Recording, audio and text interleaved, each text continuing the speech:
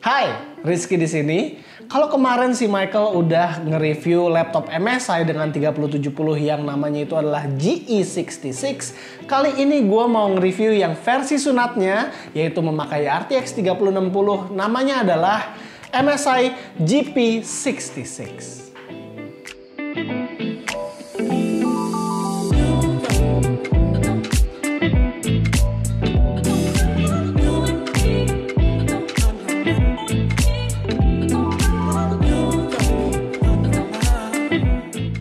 MSI GP66 atau GP66, seperti yang udah gue bilang di awal, adalah sebuah budget version dari MSI GE66 atau GE66 yang sudah pernah direview oleh Michael.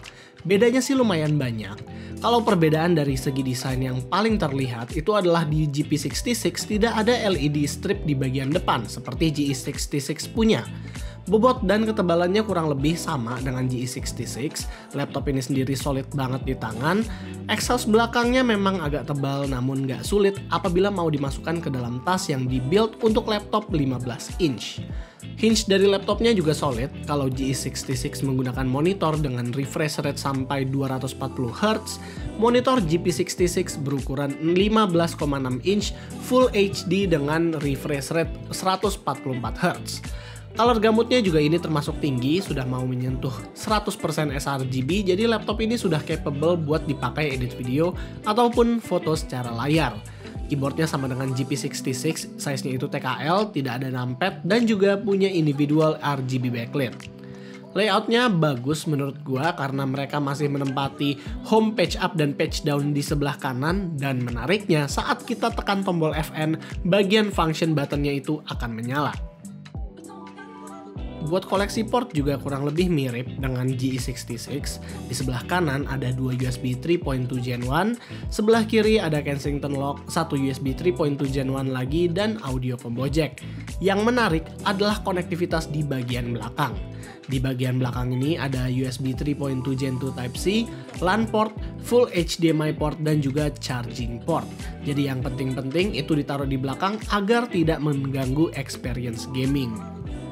Karena laptop ini masih ditenagai CPU Intel Core i7 Comet Lake dengan 16GB RAM, jadi kita cuma bakal bahas konsistensinya aja yang di sini terlihat cukup baik.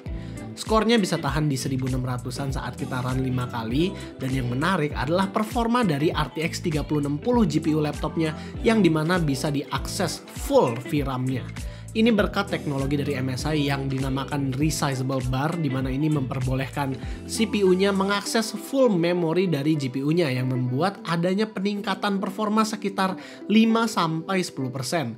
Hanya saja teknologi ini hanya dapat diakses saat GPU-nya di discrete graphic mode yang bisa kita atur juga di MSI Dragon Center. Di pengetesan kali ini kita akan gaming dengan 2 game terkenal, yaitu Red Dead Redemption 2 dan juga Cyberpunk 2077.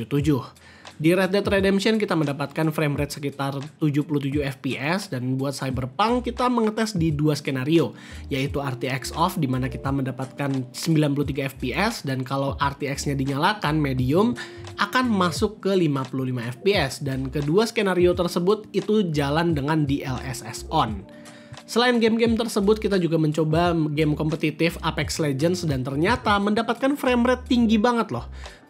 Hampir bisa lah ya keep up dengan refresh rate yang diberikan monitornya. Tapi kalau kalian menginginkan benar-benar 144 fps, disarankan untuk menurunkan settingannya dari ultra ke high.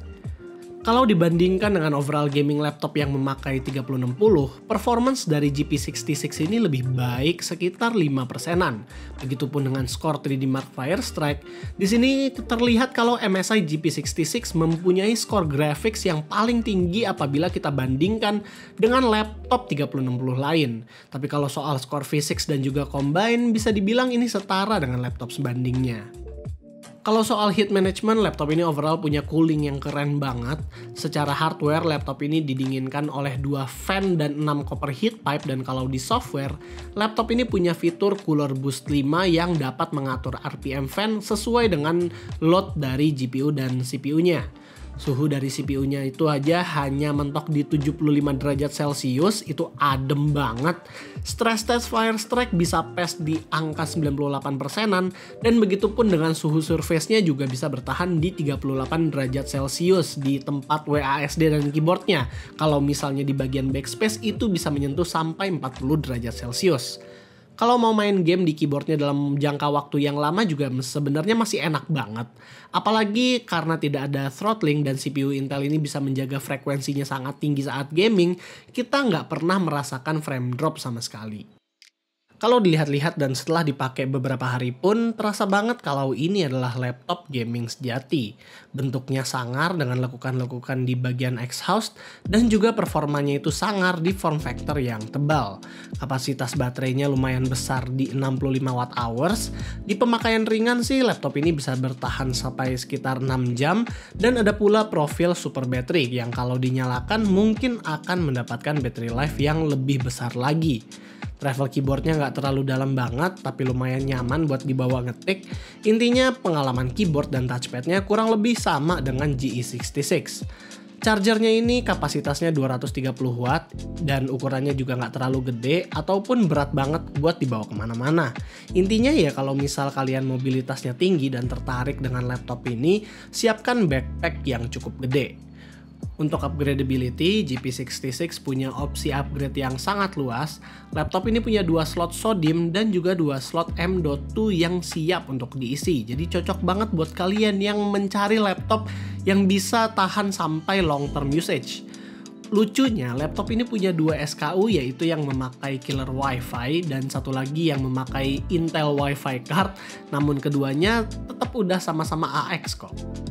Beralih ke kualitas speaker, jadi speakernya ini bukanlah down firing ataupun front facing speaker, tapi ini orientasinya ke kiri dan ke kanan alias side firing. Jujur pas pertama melihat orientasi speaker seperti ini, gue agak skeptis. Gue kira suaranya itu bakal pecah dan kemana-mana, tapi ternyata suaranya enak banget.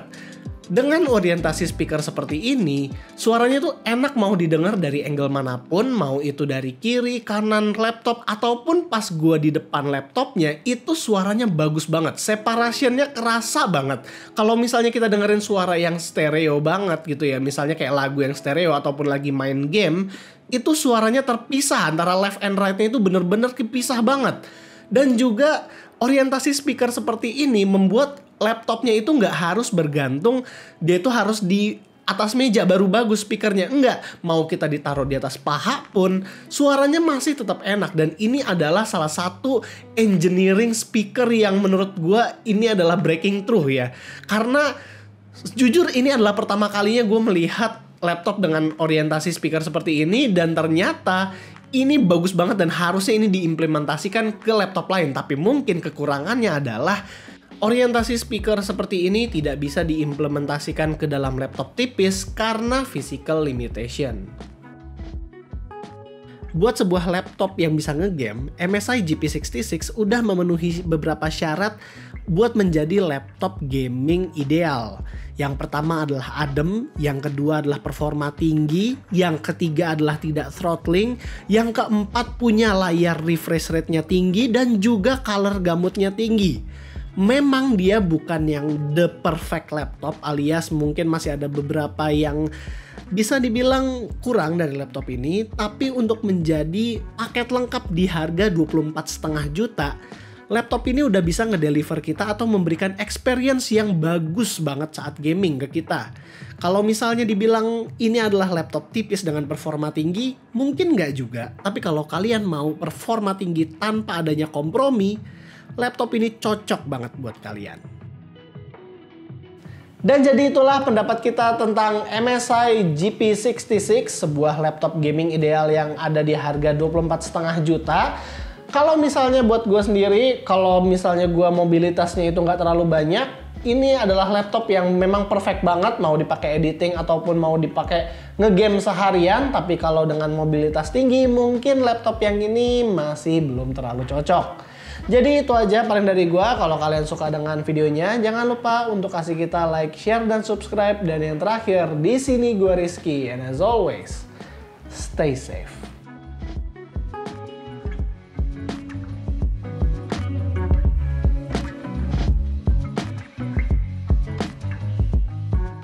Jangan lupa juga kita juga punya link Saweria. Kalau misalnya kalian mau menyumbang ke Saweria kita, linknya ada di bawah. Dan juga kalian bisa berdonasi ke